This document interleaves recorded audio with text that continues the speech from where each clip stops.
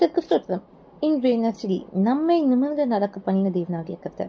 லேவியராகமம் 26 அதிகாரம் 13வது வசனத்தில் இருக்க, நீங்கள் எகிப்தியருக்கு அடிமைகளாக இராதபடிக்கு நான் அவர்கள் தேசத்திலிருந்து உங்களை புறப்பட பண்ணி உங்கள் நுகத்தடிகளை முறித்து உங்களை நிமிர்ந்து நடக்க பண்ணின உங்கள் தேவனாகிய கர்த்தர். இது இஸ்ரவேல் ஜனங்களுக்கு சொல்றாங்க. இன்னைக்கும் கர்த்தர் நம்ம நுகத்தடியை முறிச்சிருக்காரு. எது தெரியுமா?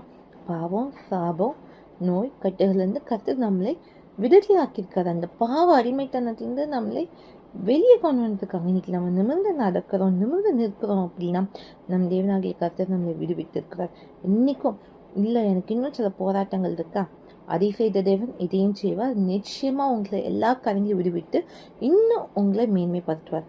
நம் தேவனாகிய கர்த்தர் நம்மோடு இருக்கிறார். அவரால் செய்யக்கூடாத அதிசயமான காரியம் ஒன்றுமில்லை. ஜெபம். எங்கள் அன்பின் பரலோக பிதாவின் அருமையான நாளுக்காக கண்டிப்பா என்னாலும் எந்த காரியத்திலும் இன்னும் நிமிர்ந்து நடக்க முடியாமல் இருக்கும் அந்த காலத்தில் விடுதலை குறித்து சாட்சியாய் நிறுத்துங்க. ஏசு நபிச்சிக்கின்றே அமீன்.